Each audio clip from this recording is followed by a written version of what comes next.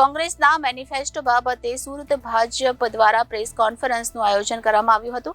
શહેર પ્રમુખ નિરંજન ઝાંઝમેરા દ્વારા પ્રેસ કોન્ફરન્સ સંબોધવામાં આવી હતી, જેમાં મોટી સંખ્યામાં પત્રકાર મિત્રો ઉપસ્થિત રહ્યા હતા। કોંગ્રેસના મેનિફેસ્ટો બાબતે સુરત ભાજપે પ્રેસ કોન્ફરન્સનું આયોજન કર્યું હતું। શહેર પ્રમુખ નિરંજન ઝાંઝમેરા દ્વારા પ્રેસ કોન્ફરન્સ સંબોધવામાં આવી હતી, જેમાં જણાવ્યું હતું કે શ્યામ પિત્રોડાના નિવેદન પર તેઓએ પ્રતિક્રિયા આપી હતી। કોંગ્રેસનું કહેવું છે કે માતા પિતા પાસેથી બાળકોને મળેલી સંપત્તિ પર પણ ટેક્સ લગાવો।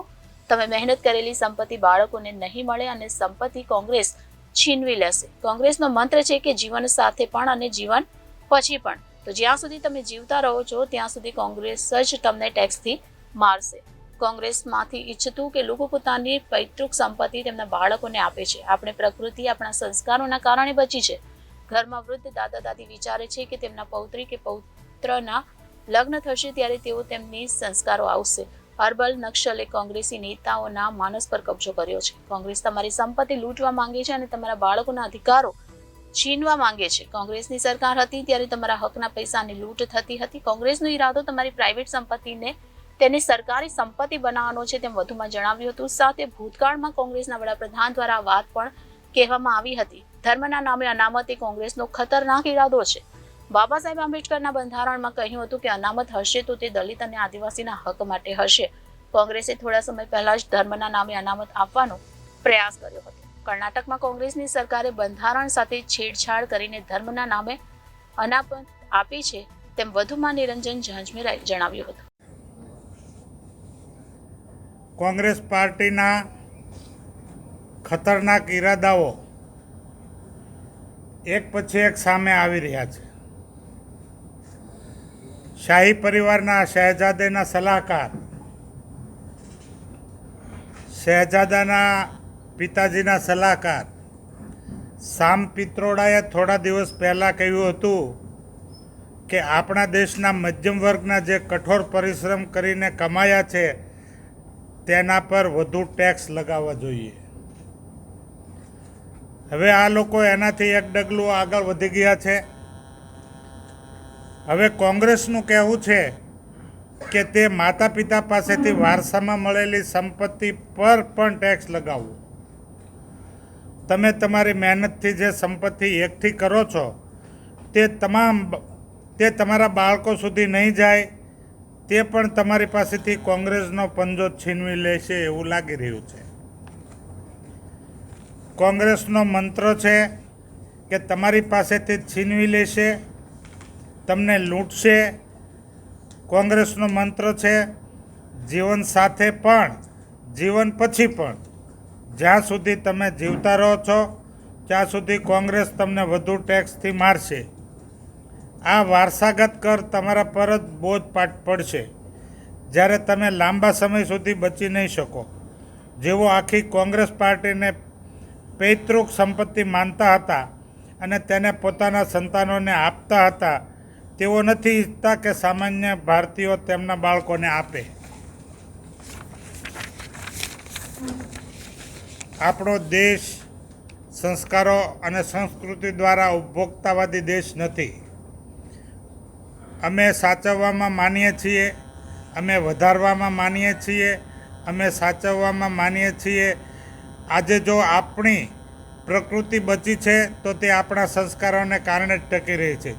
જો ઘરમાં વૃદ્ધ માતા પિતા દાદા દાદી હોય તો અમે એમની સંભાળ લઈશું।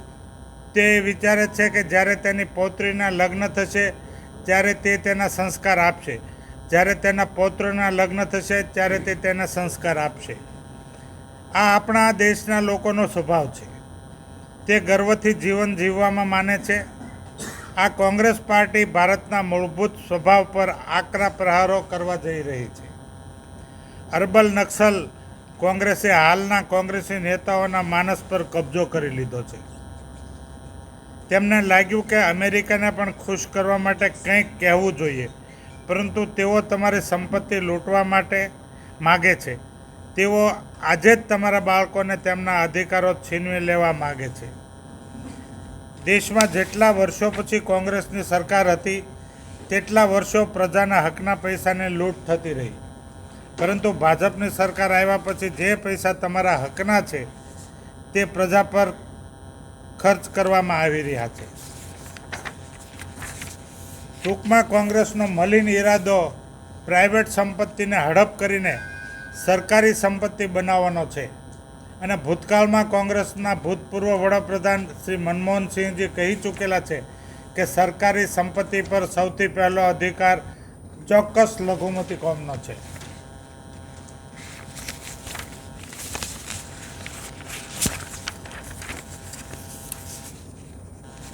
ધર્મના આધારે અનામત કોંગ્રેસનો ખતરનાક ઈરાદો. બાબા સાહેબ આંબેડકરના નેતૃત્વમાં નિર્ણય લેવાયો હતો કે ભારતમાં ધર્મના આધારે કોઈ અનામત નહીં હોય. અનામત હશે તો દલિતો અને આદિવાસી ભાઈઓના નામે હશે. પણ વોટ બેંકની ભૂખી કોંગ્રેસ આ મહાપુરુષોની પરવા કરી નથી. બાબા સાહેબ આંબેડકરના વાતની પરવા કરી ન હતી. કોંગ્રેસે ઘણા સમય પહેલાં આંધ્રપ્રદેશમાં ધર્મના આધારે અનામત આપવાનો પ્રયાસ કર્યો હતો. આ લોકોએ ધર્મના આધારે 15% આરક્ષણની વાત કરી હતી અને એમ પણ કહ્યું કે SC ST અને OBC માટેના કોટામાંથી અમુક લોકોને ધર્મના આધારે અનામત આપવી જોઈએ. કોંગ્રેસે 2009માં પણ આવો જ ઈરાદો વ્યક્ત કર્યો હતો. 2014ના મેનિફેસ્ટોમાં પણ કહેવામાં આવ્યું હતું કે અમે તેને છોડીશું નહીં. જ્યારે ભાજપની સરકાર આવી ત્યારે અમે કોંગ્રેસના નિર્ણયને જડમૂળથી ઉખાડીને દલિત અને પછાત વર્ગને તેમના હક્કો મળી રહે તે માટેના પ્રયત્નો કર્યા હતા.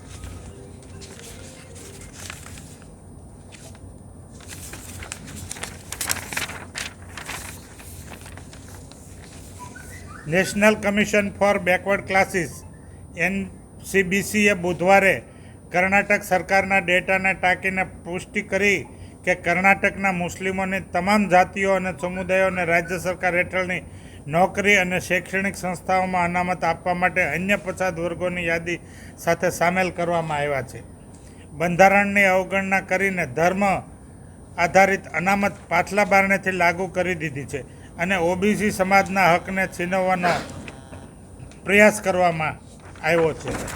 આ કોંગ્રેસની જે માનસિકતા છે, આ વારસાગત ટેક્સ અને કોંગ્રેસના ખતરનાક ઈરાદાઓને અમે સ્પષ્ટપણે વખોડીએ છીએ ને આપ બધાના સુપ્રસિદ્ધ માધ્યમો થકી આનો બહોળો પ્રચાર પ્રસાર થાય તે માટે અમે આજે આપ સમક્ષ આ વાત મૂકી. શું કરશે એનો ઈરાદો વ્યક્ત કરતું સ્ટેટમેન્ટ છે.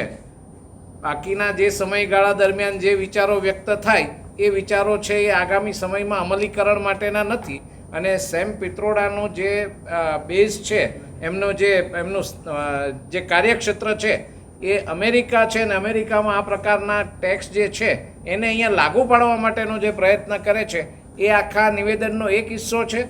બીજો હિસ્સો કે એસ્ટેટ ટેક્સ અને ઇનહેરિટન્સ ટેક્સ લીધા પછી જે કંઈ પણ થાય એના ઉપર પહેલો અધિકાર કોનો છે એ મનમોહનસિંહજીનો જે કંઈ રેફરન્સ હતો એ રેફરન્સ આમાં ઓટોમેટિક જોડાતો હોય એ થાય છે. અને ત્રીજું રાહુલજીએ જે નિવેદનો કર્યા છે એ બધાનો સૂર એ તરફ જાય છે કે આ જે કંઈ છે એ વારસાગત ટેક્સ લાગુ કરીને અને એસ્ટેટ ટેક્સ લાગુ કરીને એમનો ઈરાદો કંઈક આ પ્રકારનો હોય એ ફલિત થાય છે અને એને ભારતીય જનતા પાર્ટી વખોડી કાઢે છે.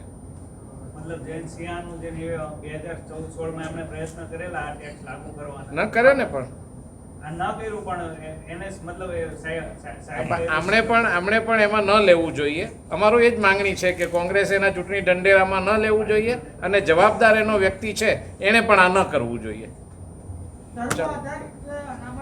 ટેક્સ અને ઇનહેરિટન્સ ટેક્સ બંને પ્રકારના ટેક્સ લેવા જોઈએ એવું એણે સ્પષ્ટ કહ્યા પછી ભારતીય જનતા પાર્ટી અને અન્ય જે પાર્ટીઓએ તથા જનસામાન્યમાંથી જે વિરોધના સૂર ઉઠ્યા તે વખતે કોંગ્રેસે ઉપર છેલ્લી વાત એવી કરી કે અમે એમનું વ્યક્તિગત નિવેદન છે, અમે સંમત નથી. પણ ઇનફેક્ટ એ ચૂંટણી ઢંઢેરા સમિતિના જવાબદાર વ્યક્તિ છે અને એણે જે વ્યક્ત કર્યું છે એ ઓટોમેટિક એના ચૂંટણી ઢંઢેરો છે એમાં સમાવવાના ઈરાદાથી એણે આ કર્યું છે, સ્પષ્ટ ફલિત થયું છે. એટલે અત્યારથી એની સામે આ જાગૃતિ ફેલાવવાનો આ પ્રયાસ છે. પૂર્વ નાણામંત્રી જયંત સિંહ રિપોર્ટર અરવિંદ રાઠોડ, જનાદેશ ન્યૂઝ, સુરત.